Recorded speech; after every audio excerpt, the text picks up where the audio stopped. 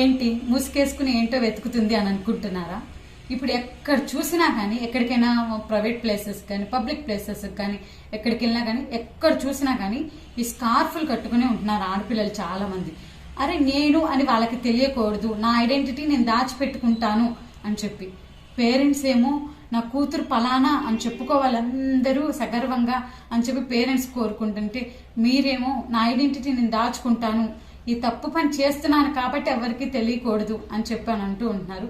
మీరు ముసుగులో చేసే ఆ చిన్న తప్పులు రేపు పేరెంట్స్ని నడి రోడ్డు మీద నుంచోబెట్టి ఈ సమాజం మొత్తం కూడా ఎన్నో మాటలనిద్ది.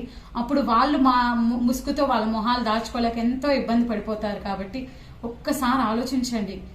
మీ లైఫ్లో అలాంటి డెసిషన్స్ అసలు తీసుకోవద్దు.